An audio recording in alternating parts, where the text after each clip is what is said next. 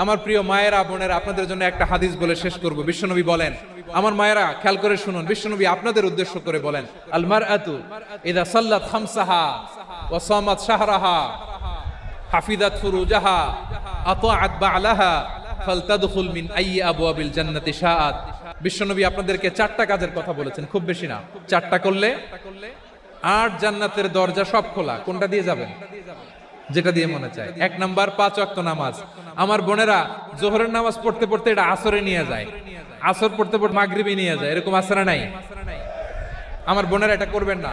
ইন্নাস সালাতা কানাত আলাল মুমিনিনা কিতাবাম মাওকুতা, সময় মতো পড়বেন।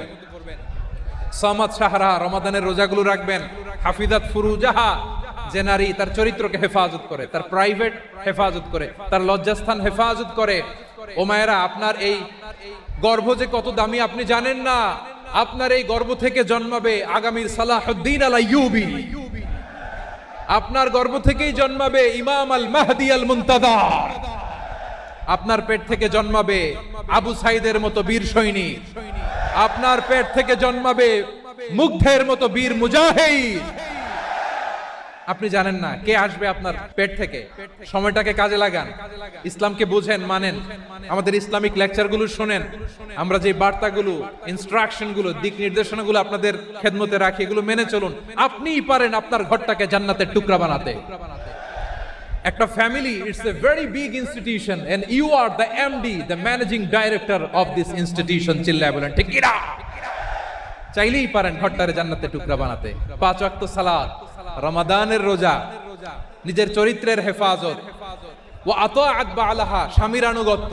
এটাতে অনেকে ভুল করে থাকে। হায় রে আমার বোনেরা, স্বামীর আনুগত্যকে এটা নিজের অপমান মনে করবেন না। আপনার স্বামী আপনার সবচেয়ে বড় গার্ডিয়ান, তিনি আপনার সবচেয়ে ভালো চায়। নারী কখনো গার্ডিয়ানশিপের বাইরে থাকতে পারে না। হয় আপনি বাবার গার্ডিয়ানশিপের ভেতরে, বাপ না থাকলে ভাই আপনার গার্ডিয়ান, ভাই না থাকলে চাচা গার্ডিয়ান, বিয়ের পরে আপনার স্বামী আপনার গার্ডিয়ান।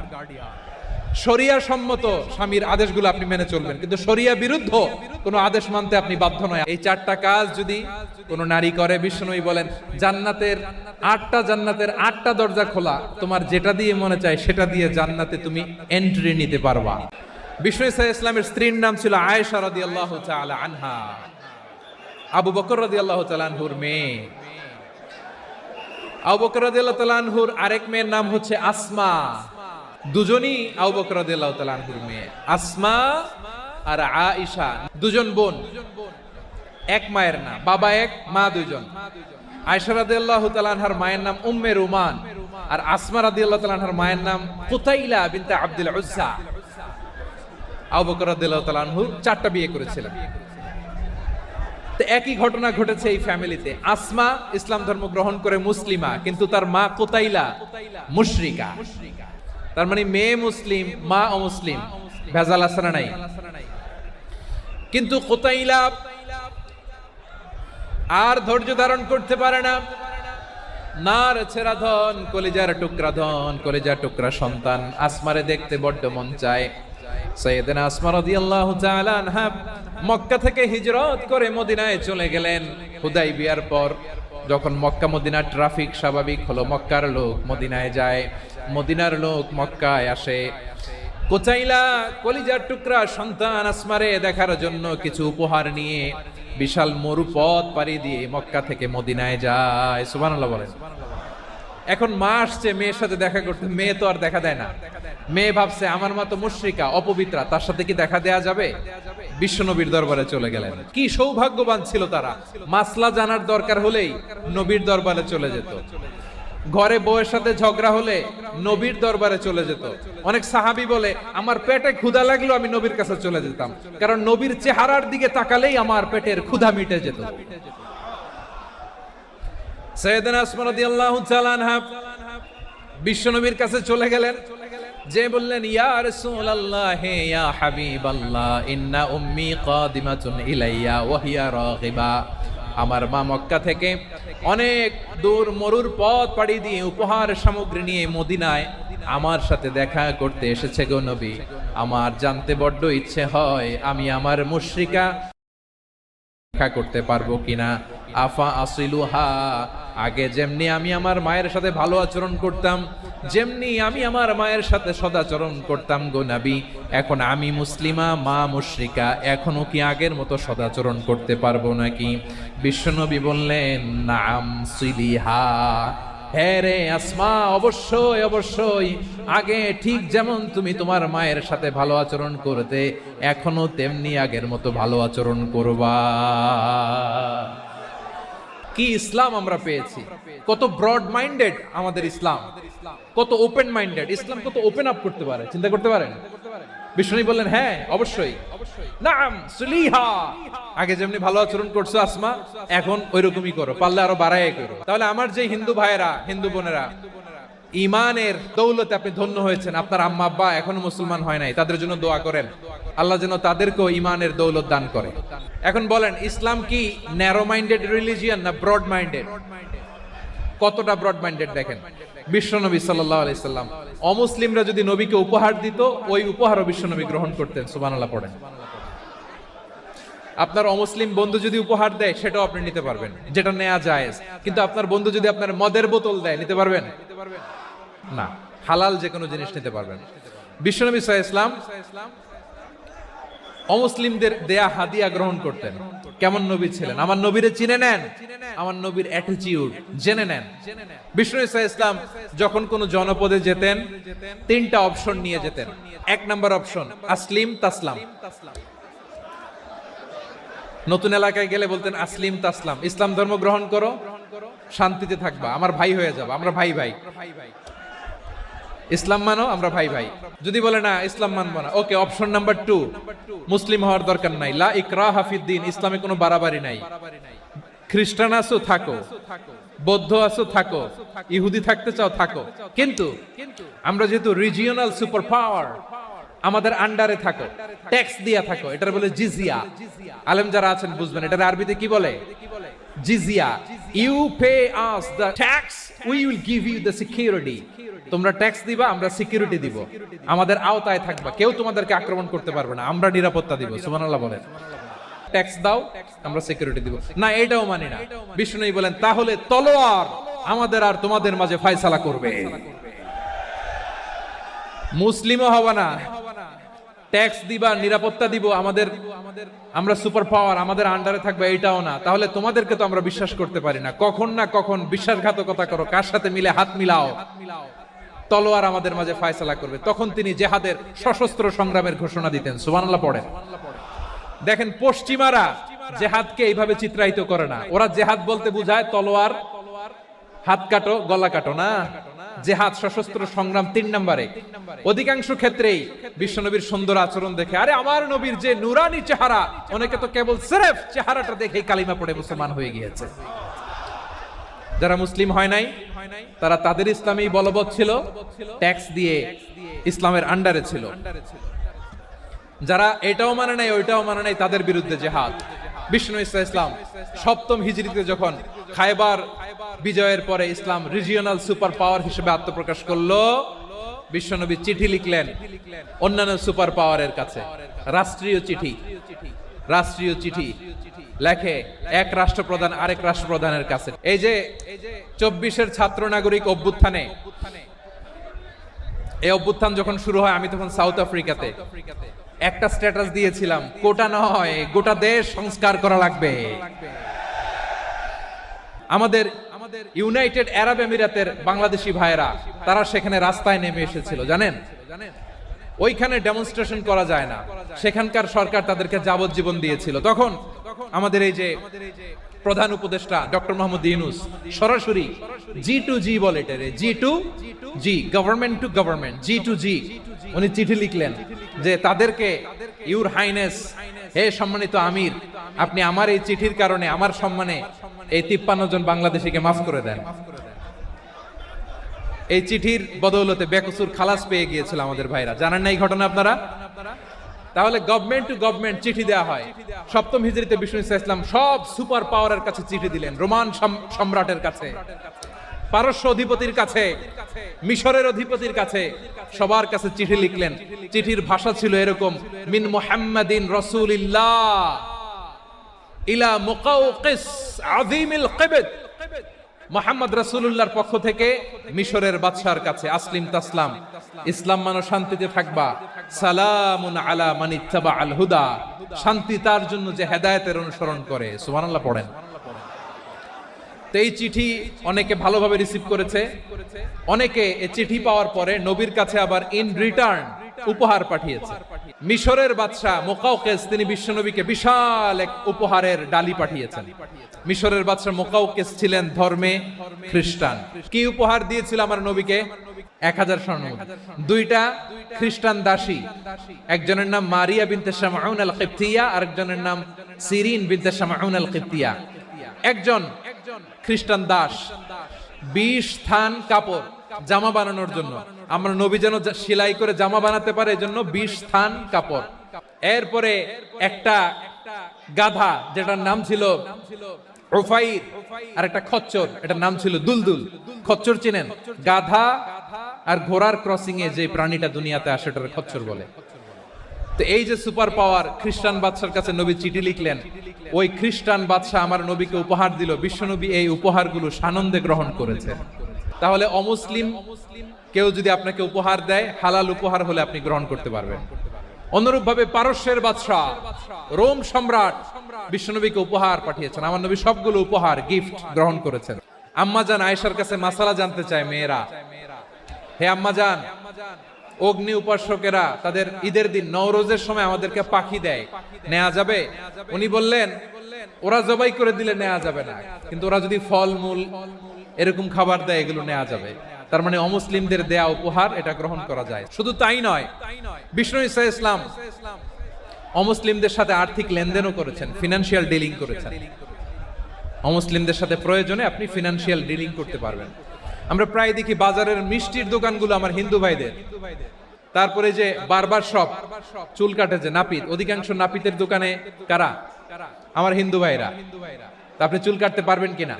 পারবেন। তার দোকান থেকে দই মিষ্টি কিনতে পারবেন কিনা? হ্যাঁ, আমার মুসলিম ভাইয়ের দোকান থাকলে ওইটারে আমি বেশি প্রায়োরিটি দিব, ঠিক কিনা?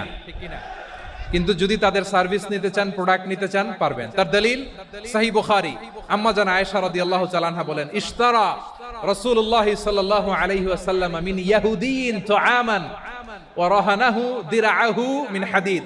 রাসূল সাল্লাল্লাহু আলাইহি ওয়াসাল্লাম এক ইহুদির কাছ থেকে, কার কাছ থেকে? আমার নবী, পেয়ারা নবী এক ইহুদির কাছ থেকে জব কিনেছিল। জব, বার্লি, যেটা দিয়ে রুটি বানায়। ওই জবের দাম দেওয়ার টাকা পয়সা নবীর কাছে ছিল না। ফলে নবী ওনার একটা পোশাককে মর্গেজ রেখেছিলেন, মর্গেজ, বন্ধক, যে এখন এটার দাম দিতে পারবো না, কয়েক কেজি বার্লি নিয়ে যাই আর বন্ধক হিসেবে আমার জামাটা রেখে গেলাম, যেদিন দাম দিব ওই দিন জামাটা ছুটায় নিয়ে যাব। দিরআহু মিন হাদিদ, লোহার তৈরি বর্ম, মানে যুদ্ধের পোশাক, লোহা দিয়ে বানানো। বিষ্ণুই বললেন, কয়েক কেজি জব দাও, টাকাটা পরে দিব, এখন টাকা নাই, বন্ধক হিসেবে, মর্গেজ হিসেবে আমার জামা রেখে গেলাম, যখন টাকা দিব জামা ছুটায় নিব। এ থেকে বোঝা গেল অমুসলিমদের সাথে ফিনান্সিয়াল ডিলিং করা যায়, অর্থনৈতিক লেনদেন করা যায়, কেনাবেচা করা যায়, প্রোডাক্ট কেনা যায়। এমনকি আমাদের মসজিদে নববীতে বারান্দায় আপনারা একটা অটোমেটিক ফ্লাইং আমব্রেলা দেখছেন? সূর্য যখন বাড়ে মসজিদে নববীর বারান্দায় ইয়ার্ডের মধ্যে অটোমেটিক্যালি কিছু আমব্রেলা আছে, শাঁ করে খুলে যায়, আর সূর্যের তাপ লাগে না। আবার সন্ধ্যাবেলায় এই আমব্রেলা গুলো ওরা ক্লোজ করে ফেলে, দেখছেন? এই মসজিদে নববীকে সর্বোচ্চ উন্নত মানের কনস্ট্রাকশন ইনফ্রাস্ট্রাকচারে ডেভেলপ করার জন্য কর্তৃপক্ষ কিছু অমুসলিম ইঞ্জিনিয়ারের, ডিজাইনারের সহায়তা নিয়েছিল। সুবহানাল্লাহ বলেন। কোন দলিলের ভিত্তিতে? এই দলিলের ভিত্তিতে যে বিষ্ণু ঈসা ইসলাম অমুসলিমদের সাথেও লেনদেন করেছেন। আওয়াজ করে বলতে হবে আল্লাহু আকবার। শুধু তাই নয়, ইন কেস অফ ইমার্জেন্সি, প্রয়োজনে ইসলামের খাতিরে, ইসলামকে সামনের দিকে এগিয়ে নিয়ে যাওয়ার জন্য অমুসলিমদের সাপোর্ট নেওয়া জায়েজ আছে। সুবহানাল্লাহ বলেন। অমুসলিমদের সাপোর্ট নেয়া, তাদের থেকে অর্থ নেয়া, পলিটিক্যাল সাপোর্ট, পলিটিক্যাল অ্যাসাইলাম নেওয়া জায়েজ আছে। আমাদের অনেক বিশ্ববরেণ্য দায়ীরা আমেরিকায় অস্থায়ীভাবে অ্যাসাইলাম নিয়ে থাকে, নিজের দেশে গেলে ফাঁসিতে ঝুলাই দিবে। যুগ যুগ ধরে দায়ীদের উপরে এরকম অত্যাচার আর নির্যাতন আছে না নাই? মিশরের অনেক দায়ীরা পাশ্চাত্যে যেয়ে থাকে। এই যে তারা পলিটিক্যাল অ্যাসাইলাম নিয়ে থাকে, রাজনৈতিক আশ্রয়, এটা জায়েজ আছে না? এটা যে জায়েজ আছে তার প্রমাণ স্বয়ং বিশ্বনবী সাল্লাল্লাহু আলাইহি ওয়াসাল্লাম পলিটিক্যাল সাপোর্ট নিয়েছিলেন অমুসলিমদের কাছ থেকে। আমার ভাইয়েরা, বিশ্বনবীর বয়স তখন প্রায় 51 বছর। কত বছর? বিশ্বনবীর সবচেয়ে কাছের মানুষ খাদিজা রাদিয়াল্লাহু তাআলা আনহা ইন্তেকাল করেছেন। বিশ্বনবী বড্ড কষ্ট পেলেন, হৃদয়টা ভেঙে খান খান। যিনি ঘরের ভেতরে বিশ্বনবীকে সান্ত্বনা দিতেন, ভালোবাসা দিতেন, বাইরে গেলে কুরাইশরা বকাঝকা করে, অত্যাচার করে, কিন্তু আম্মাজান খাদিজা রাদিয়াল্লাহু তাআলা আনহা ঘরটারে এমন শান্তির নীড় বানায় রেখেছেন, এই ঘরের ভিতরে ঢুকলে বিশ্বনবীর কলিজাটা ঠান্ডা হয়ে যেত। এজন্য রব্বুল আলামিন বলেন, খাদিজা, ও আমার বান্দি খাদিজা, জান্নাতে এমন স্পেশাল একটা ঘর আমি তোমার জন্য রেডি করে রেখেছি। ওই ঘরের মধ্যে কোনো আওয়াজ নাই, ওই ঘরের মধ্যে কোনো নয়েজ নাই, ওই ঘরে কোনো বিশৃঙ্খলা নাই। কারণ মক্কার জমিনে আমার নবী কুরাইশদের বিশৃঙ্খলা, নয়েজ আর ঝামেলাগুলোকে উপেক্ষা করে যখন তোমার ঘরের ভিতরে ঢুকতো, ঘরটারে তুমি শান্তির নীড়, ঠান্ডা, নীরব, নিস্তব্ধ, নিঝুম আর শান্তির নীড় বানিয়ে রেখেছো। এজন্য জান্নাতে স্পেশাল একটা শান্তির নীড় আমি তোমারে উপহার দেব। ওই প্রিয়তমা স্ত্রী খাদিজা ইন্তেকাল করলেন, বিশ্বনবীর হৃদয় ভেঙে খান খান। আবার ওনার চাচা আবু তালেব ইন্তেকাল করলেন, যিনি পলিটিক্যাল শেল্টার দিতেন নবীকে। আবু তালেবের ভয়ে, বিশ্বনবীর এই চাচার ভয়ে কোন মুশরিক নবীর গায়ে হাত দেওয়ার সাহস পায় নাই। এখন স্ত্রীও নাই, চাচাও নাই, নবীকে আশ্রয় দেওয়ার কেউ নাই। নবীর চারদিকে অন্ধকার, নবী এখন কই যাবেন? আমার পেয়ারা নবী নতুন স্টেশন খুঁজতেছেন, নতুন দাওয়াতি প্ল্যাটফর্ম খুঁজতেছেন। তিনি যায়েদ বিন হারেসা রাদিয়াল্লাহু তাআলা আনহুকে নিয়ে মক্কার পাশের একটা নেইবরিং সিটি তায়েফে চলে গেলেন দিনের দাওয়াত দেওয়ার জন্য। নাকি জমি কিনতে গেছিলেন? দুনিয়ার যশ খ্যাতির জন্য, নিজের কোনো লাভের জন্য? তায়েফবাসীদেরকে জাহান্নামের আগুন থেকে বাঁচানোর জন্য। আওয়াজ করে বলতে হবে ঠিক কিনা? বিশ্বনবী বিশাল মরুপথ, পাহাড়ি পথ পাড়ি দিয়ে তায়েফের মরুজমিনে গেলেন কোরআনের দাওয়াত নিয়ে, ইমানের দাওয়াত নিয়ে। কিন্তু তায়েফের লোকেরা বিশ্বনবীর দাওয়াতকে শুধু প্রত্যাখ্যান করেই থামে নাই, তারা বিশ্বনবীর সাথে অত্যন্ত খারাপ আচরণ করেছে। বিশ্বনবীকে শারীরিকভাবে হেনস্থা করেছে, আমার নবীকে শারীরিকভাবে অত্যাচার করেছে, আমার পেয়ারা নবীর গায়ে পাথর মেরেছে, বিশ্বনবীর গা বেয়ে ঝরঝর করে রক্ত ঝরেছে, নবী জামিনের মধ্যে লুটিয়ে পড়েছেন, আবার মেরেছে, আবার নবী হাঁটতে শুরু করলেন, পেছন থেকে আবার মেরেছে, আবার নবী রক্তাক্ত হয়ে জামিনের মধ্যে লুটিয়ে পড়লেন, আবার মেরেছে। বিশ্বনবীর মতো এত সুশ্রী মানব, বিশ্বনবীর মতো এত শুভ্র মানব, বিশ্বনবীর মতো এমন চমৎকার দেহাবয়ব দিয়ে রব্বুল আলামিন কাউকে বানান নাই। এরকম চমৎকার মানুষটাকে তারা তায়েফের ওই জমিনে রক্তাক্ত করেছে। বিশ্বনবী দুনিয়ার কোনো স্বার্থের জন্য সেখানে যান নাই, নিজের কোনো লাভের জন্য, প্রাপ্তির জন্য যান নাই, তায়েফবাসীদের জাহান্নামের আগুন থেকে বাঁচাতে গিয়েছেন। খেয়ে না খেয়ে দিন প্রচারের কাজে নিজেকে দিয়েছ বিলিয়ে, তায়েফের কাফিরেরা চিনল না সে আলো, দুষ্ট ছেলেদের পিছু দিল লেলিয়ে, পাথরের আঘাতে ক্ষত বিক্ষত হয়ে সারা শরীর থেকে রক্ত ঝরে। হে রাসূল তোমাকে ভুলি আমি কেমন করে, হে রাসূল তোমাকে ভুলি আমি কেমন করে। পারেন না আপনারা? ধরুন আমার সাথে। হাজার ব্যথা বেদনার পরে ফিরে আসনি তুমি আপন ঘরে, দিনের আলো তুমি ছড়িয়ে দিতে চলে গেলে মদিনায় মক্কা ছেড়ে। হে রাসূল তোমাকে ভুলি আমি কেমন করে, হে রাসূল তোমাকে ভুলি আমি কেমন করে। প্রিয় ভাইরা, তায়েফের ছেলেরা নবীকে রক্তাক্ত করলো। আমার নবী কই যাবে? কই যাবে? মক্কায় জায়গা নাই, তায়েফে জায়গা নাই, তায়েফ থেকে ভারাক্রান্ত মন নিয়ে আমার নবী মক্কায় ফিরে আসলেন। বিশ্ব নবী মক্কায় ঢুকতে পারেন না। মক্কার মরুভূমির দিকে তাকিয়ে, উপত্যকার দিকে তাকিয়ে বিশ্বনবী ধা ধা করে কাঁদেন, ঝরঝর করে। নবীর চেহারা মোবারক থেকে চোখের পানিগুলো বেয়ে বেয়ে পড়ে। আমার জন্মস্থান, আমার শৈশব, কৈশোর, যৌবন কেটেছে এই মক্কায়। আমার এলাকায় আমি ঢুকতে পারি না। বিশ্বনবী মক্কার অনতি দূরে দাঁড়িয়ে জায়েদকে পাঠালেন, জায়েদ যাও, দেখো কেউ আমাকে সাপোর্ট করার মতো আছে কিনা, যাও অমুকের কাছে যাও। জায়েদ গেলেন, তারাও প্রত্যাখ্যান করে ফিরিয়ে দেয়। বিশ্বনবী বললেন যাও অমুক লোকের কাছে যাও, তিনিও প্রত্যাখ্যান করে ফিরিয়ে দিলেন। কেউ বিশ্বনবীকে আশ্রয় দিতে রাজি হয় না। নিজ জন্মভূমিতে বিতাড়িত বিশ্বনবী, সর্বশেষ বিশ্বনবী বললেন যাও মুতঈম ইবনে আদির ঘরে যাও। মুতঈম ইবনে আদি মুশরিক, তার কাছে যাও। গেলেন, মুতঈম ইবনে আদি রাজি হয়ে গেল। দেখেন অনেক বিপদের সময়ও আমি নিজে সাক্ষী, সামাজিকভাবে রাজনৈতিকভাবে কত ঝঞ্ঝা, কত ষড়যন্ত্র, কত কনস্পাইরেসি পারি দিয়ে আমাদেরকে সামনে এগিয়ে যেতে হয়। এই শত্রুদের ভেতরেও একজনকে দাঁড় করিয়ে দেয় যে আল্লাহর কোরআনের জন্য রেডি হয়ে যায়। পড়েন সুবহানাল্লাহ। মুতঈম ইবনে আদি, আল্লাহ তার মনকে নরম করে দিলেন। মুতঈম বলে মুহাম্মদ আমি তোমাকে আশ্রয় দিব। তার দুই ছেলেকে পাঠালেন, যাও খোলা তলোয়ার নিয়ে, স্কর্ট দিয়ে, গার্ড অফ অনার দিয়ে মোহাম্মদকে মক্কায় ঢুকাও আর বলো আমি আমান দেব। আমান কি দিব? আমান মানে সিকিউরিটি, নিরাপত্তা। সিকিউরিটি ছাড়া, আমান দেওয়া ছাড়া কেউ থাকতে পারতো না মক্কায়। দুই ছেলে বিষ্ণু ইসা ইসলামকে নিয়ে আসলো। নবী কাবার চারদিকে তাওয়াফ করলেন, নামাজ পড়লেন। আবু জাহেল, উতবা, শাইবা, ওয়ালিদ ইবনে মুগীরা সবাই দেখে, কেউ কিছু করতে পারে না। কারণ মুতঈম ইবনে আদি ঘোষণা দিয়েছেন আমি মুহাম্মদকে আমান দিয়েছি, মুহাম্মদের গায়ে যেন কেউ স্পর্শ না করে। আওয়াজ করে পড়েন সুবহানাল্লাহ। নবীর এই বিপদ কালে মুহূর্তে মুতঈমের হৃদয়টারে নরম করে দিল কে? এই মুতঈম কি মুসলিম ছিল না মুশরিক?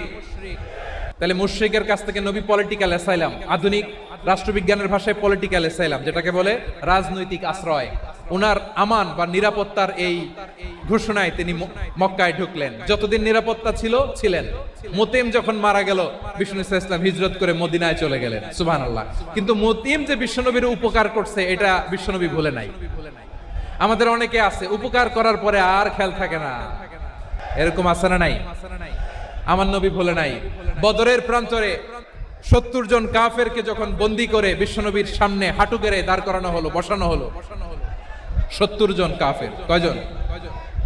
বিশ্বনবী তাদের দিকে তাকিয়ে বললেন, সহিহ বুখারীর বর্ণনা, লাউ কানাল মুতঈম ইবনে আদি হাইয়ান সুম্মা কাল্লামানি হাউলা ইন্নাতনা লা তারাকতুহুম লাহু।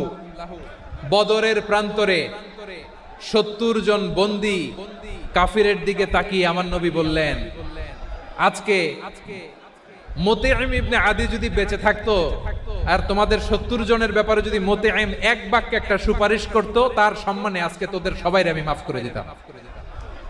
বিশ্বনবী মুতঈমের এই সাহায্যের কথা বলে নাই। 70 জন মুশরিক হাঁটু গেড়ে বসা, নবী চাইলে এখনই এক্সিকিউশন অর্ডার দিতে পারে। তিনি বললেন আজকে যদি মুতঈম বেঁচে থাকতো আর মুতঈম যদি তোদের জন্য সুপারিশ করতে, এই আবর্জনাগুলোর ব্যাপারে সুপারিশ করতে, আমি মুহূর্তেই তোদেরকে এমনি মাফ করে দিতাম। শুধু তাই নয়, যাকে যে সম্মান দেয়ার আমার নবী দিতেন, হোক আস্তিক হোক নাস্তিক, হোক মুসলিম হোক অমুসলিম। রোমান সম্রাটের কাছে বিশ্বনবী যখন চিঠি লিখলেন মিন মুহাম্মদ রাসূলিল্লাহ ইলা হিরাকলা আযীমির রোম, মুহাম্মদের পক্ষ থেকে হিরাক্লিয়াসের কাছে, যিনি হচ্ছেন আযীমির রোম। এটা নবী নিজ থেকে বানায় লিখছেন অতিরিক্ত সম্মান দিয়ে। কোন রাষ্ট্রপ্রধান যখন আসে তাদেরকে আমরা কি বলি জানেন? তার নামের শেষে HE এটা লিখতে হয়, H.E. মানে হিজ এক্সেলেন্সি। কি লেখে? হিজ এক্সেলেন্টি অথবা ইউর হাইনেস, ইউর ম্যাজেস্টি। দেখেন বিশ্বনবী সাল্লাল্লাহু আলাইহি ওয়াসাল্লাম সব নবীদেরও নবী, তিনি একজন মুশরিক খ্রিস্টান সম্রাট রোমান সম্রাটের কাছে চিঠি লিখতে যায়, লিখতেছে ইলা হিরাকলা আযীমির রোম, হিরাক্লিয়াসের কাছে আমার চিঠি, যিনি রোমের আযীম, হিজ হাইনেস, মানে রোমের অনেক সম্মানিত এক বাহাদুর। আওয়াজ করে বলেন সুবহানাল্লাহ। তার মানে যাকে যে সম্মান দেয়ার এটা বিশ্বনবী দিতেন। এমনকি যেই ইহুদিরা ভালো ছিল, এই ইহুদিদেরও প্রশংসা করেছেন বিশ্বনবী মুহাম্মদুর রাসূলুল্লাহ সাল্লাল্লাহু আলাইহি ওয়াসাল্লাম। এক ইহুদির প্রশংসা করেছেন বিশ্বনবী। ইহুদির কার? আমি তো আমার ভাইয়ের প্রশংসা করি না, আমি তো এক আলেম আরেক আলেমরে স্পেস দেই না, আমি তো এক দায়ী আরেক দায়ীর সাথে বসতে চাই না। আমার নবী ইহুদির প্রশংসা করে। কার প্রশংসা? ওই ইহুদির নাম ছিল মুখাইরিক। সিরাত গ্রন্থ ঘাটলে পাবেন। তিনি বলেছেন মুখাইরিক খাইরু ইয়াহুদ, মুখাইরিক is the best of the Jews. জুইসদের মধ্যে সে সবচেয়ে ভালো। কেন প্রশংসা করলেন তার? এর কারণ মদিনা চার্টারে কথা ছিল সব ধর্মের মুসলিম, মুশরিক, ইহুদিরা মিলে মদিনাকে রক্ষা করবে। কিন্তু তৃতীয় হিজরিতে যখন উহুদের যুদ্ধ শুরু হলো, সবার কথা ছিল যেই আক্রমণ করে আমরা মদিনাকে বাঁচাবো। কোন শহরকে বাঁচাবো? মদিনাকে। কিন্তু কুরাইশরা যখন অ্যাটাক করলো, ইহুদিরা আর আসে না, ইহুদিরা আর বেরোয় না। বিষ্ণু বললেন, ওহে ইহুদিরা, তোমরা না চুক্তি করলে আমার সাথে যে মদিনা বাঁচাতে সবাই ঝাঁপিয়ে পড়বো, আসো। একটা ইহুদিও বেরোয় না, কেউ আসে না সেদিন, একজন ছাড়া। তার নাম মুখাইরেক। তার নাম কি? মুখাইরেক বাহাদুরের মতো ঘোড়সাওয়ার হয়ে বেরিয়ে গেলেন এবং বললেন, গোটা ইহুদি সাম্রাজ্যের একজনও যদি না আসে, আমি মুখাইরেককে কেউ ঘরে আটকে রাখতে পারবে না। বেরিয়ে আসলেন, এসে বললেন, আমি মুহাম্মদের পক্ষে যুদ্ধ করব। আমি মারা গেলে আমার সম্পদ আমার উত্তরাধিকারীরা পাবে না, আমার সম্পদ তোমরা মুহাম্মদকে দিয়ে দিবা। সুবহানাল্লাহ বলেন। উহুদের ময়দানে 70 জন মুসলমান শহীদ হলো। এই ইহুদি, সেও মুসলমানের পক্ষে যুদ্ধ করে নিহত হলো। মুসলিমদের লাশ যখন নিয়ে আসা হলো, এই মুখাইরিকের লাশও নিয়ে আসা হলো। মুসলিমদের লাশের পাশে মুখাইরিকের লাশ দেখে বিশ্বনবী মুখাইরিকের প্রতি অনেক খুশি হলেন। আর বিশ্বনবী খুশি হয়ে বললেন, মুখাইরিক খায়রু ইয়াহুদ। মুখাইরিক, যদিও তুমি ইহুদি, তারপরেও তুমি সব ইহুদিদের মধ্যে সেরা ইহুদি। পড়েন সুবহানাল্লাহ। আমার নবী ইহুদিকেও সম্মান দিতে কার্পণ্য করে নাই। আওয়াজ করে বলেন আল্লাহু আকবার। এজন্য অমুসলিম হইলেই তারা আমাদের শত্রু নয়। শত্রু কারা? যে সমস্ত অমুসলিম আমাদেরকে নিশ্চিহ্ন করে দিতে চায়, যে সমস্ত অমুসলিম আমাদের ভূখণ্ড থেকে আমাদেরকে তাড়িয়ে দিতে চায়, যে সমস্ত অমুসলিম আমার ধর্ম নিয়ে তুচ্ছতাচ্ছিল্য করে চিল্লায় বলেন ঠিক কিনা, তারা আমাদের শত্রু। সাধারণ অমুসলিমরা আমার শত্রু নয়। এই যে হিন্দুরা থাকে, এরা আমার ভাই, বৌদ্ধরা আমার ভাই, খ্রিস্টানরা আমার ভাই, ইহুদিরা আমার ভাই। তারা দিনই ভাই নয়, তারা মায়ের পেটের ভাই নয়, তারা মানবিক দিক থেকে ভাই। ও মানুষ, আমিও মানুষ। ইসলাম মানুষকে সম্মান করে। সাধারণ অমুসলিম আমাদের শত্রু নয়। আপনি জানেন নিউ ইয়র্কে, আমি তো নিউ ইয়র্কে ছিলাম অনেকদিন, ওখানে ফিলিস্তিনিদের পক্ষে যখন আমরা মিছিল করেছি, অনেক ইহুদি আমাদের সাথে মিছিলে দাঁড়িয়েছে। কারণ ওরাও জানে এই ভূখণ্ড ফিলিস্তিনিদের ভূখণ্ড। আওয়াজ করে বলো লালমনিরহাট ঠিক কিনা। তো তারা কি আমাদের শত্রু? না। অনেক খ্রিস্টান আমাদের সাথে আমাদের স্বার্থ রক্ষায় আমাদের পাশে দাঁড়িয়েছে। খেয়াল রাখবেন, হিন্দু আর হিন্দুত্ববাদ এক নয়, ইহুদি ধর্ম আর জায়নিজম এক নয়। এই যে ফিলিস্তিনের ভাইয়েরা, তারা তাদের স্বাধীনতা সংগ্রামের জন্য লড়াই করছে, করে যাচ্ছে, আমরা এটাকে সমর্থন জানাই। চিল্লায় বলো ঠিক কিনা। কাশ্মীরের ভাইয়েরা স্বাধীনতার জন্য সংগ্রাম করছে, আমরা সেই সংগ্রামকে সমর্থন জানাই। যারাই আমাদের ইসলামকে নিশ্চিহ্ন করতে চায়, তাদের বিরুদ্ধে আমাদের সংগ্রাম। ওই সমস্ত দুর্বৃত্তদের সাথে আমাদের কোনো সম্পর্ক নাই। আমরা যদি ঐক্যবদ্ধ থাকতে পারি, ওই দুর্বৃত্তরা চান্স পাবে না। আবু তালেব নবীর চাচা, মুশরিক, মারা গিয়েছে মুশরিক অবস্থায়, কিন্তু আজীবন আমার নবীকে আগলে রেখেছে, আমার নবীকে সাপোর্ট করেছে, ভালোবেসেছে। আবু জাহেলও মুশরিক, মারা গিয়েছে মুশরিক হিসেবে, আজীবন আমার নবীর বিরুদ্ধাচরণ করেছে। আবু জাহেলের শক্তি, সামর্থ্য, স্ট্র্যাটেজি, প্ল্যান সব আমার নবীর বিরুদ্ধে ছিল। আবু জাহেলের কারণে একটা দিন শান্তিতে আমার নবী মক্কায় ঘুমাতে পারে নাই। চিল্লায় বলেন ঠিক কিনা। এজন্য রব্বুল আলামিন বলেন, লা ইয়ানহাকুমুল্লাহু আনিল্লাযীনা লাম ইউকাতিলুকুম ফিদ-দীনি ওয়া লাম ইখরিজুকুম মিন দিয়ারিকুম আন তাবাররুহুম ওয়া তুকসিতু ইলাইহিম ইন্নাল্লাহা ইউহিব্বুল মুকসিতিন। আল্লাহ বলে, গোলামেরা শোনো শোনো, যে সমস্ত অমুসলিম তোমাদের সাথে ধর্মযুদ্ধে লিপ্ত হয় না, তোমাদের বিরুদ্ধে যে সমস্ত অমুসলিম অস্ত্র ধরে না, যে সমস্ত অমুসলিম তোমাদেরকে তোমাদের জন্মস্থান থেকে ভূখণ্ড থেকে তাড়িয়ে দেয় না, তাদের সাথে ভালো আচরণ করতে আমি আল্লাহ নিষেধ করি নাই, তাদের সাথে সদাচরণে কোনো নিষেধাজ্ঞা নাই, বরং তাদের সাথে সদাচরণ করো এটাই আমি আল্লাহ চাই। তাহলে আমার যে অমুসলিমরা আমাদের সাথে শত্রুতা করে না, তুচ্ছতাচ্ছিল্য করে না, আমাদের ভূমি থেকে আমাদেরকে উচ্ছেদ করতে চায় না, আমাদের বিরুদ্ধে অস্ত্র ধরে না, ওই অমুসলিম ভাইদের সাথে আমাদের কোনো দ্বন্দ্ব আছে, কোনো বিরোধ আছে? বরং আছে ভালোবাসা। বরং আছে কি? এই ভালোবাসা দিয়ে আমরা বিশ্ব জয় করব। রাজি আছো মুসলমান? আমাদের পুঁজি ভালোবাসা। আমাদের পুঁজি কি? আমার এই পুরো আলোচনা থেকে দা রিলিজিয়াস কোএক্সিস্টেন্স, পিসফুল কোএক্সিস্টেন্স, শান্তিপূর্ণ সহাবস্থান, কমিউনাল হারমোনি, এই সাম্প্রদায়িক সম্প্রীতি, এই আলোচনা থেকে কি বুঝলেন? ইসলাম কি ন্যারো মাইন্ডেড না ব্রড মাইন্ডেড? এই ব্রড মাইন্ডেড হৃদয় নিয়ে ভালোবাসা দিয়ে আমরা বিশ্ব জয় করতে চাই। রাজি আছেন? আল্লাহ কবুল করুক। আমরা সবাই পড়ি আমিন।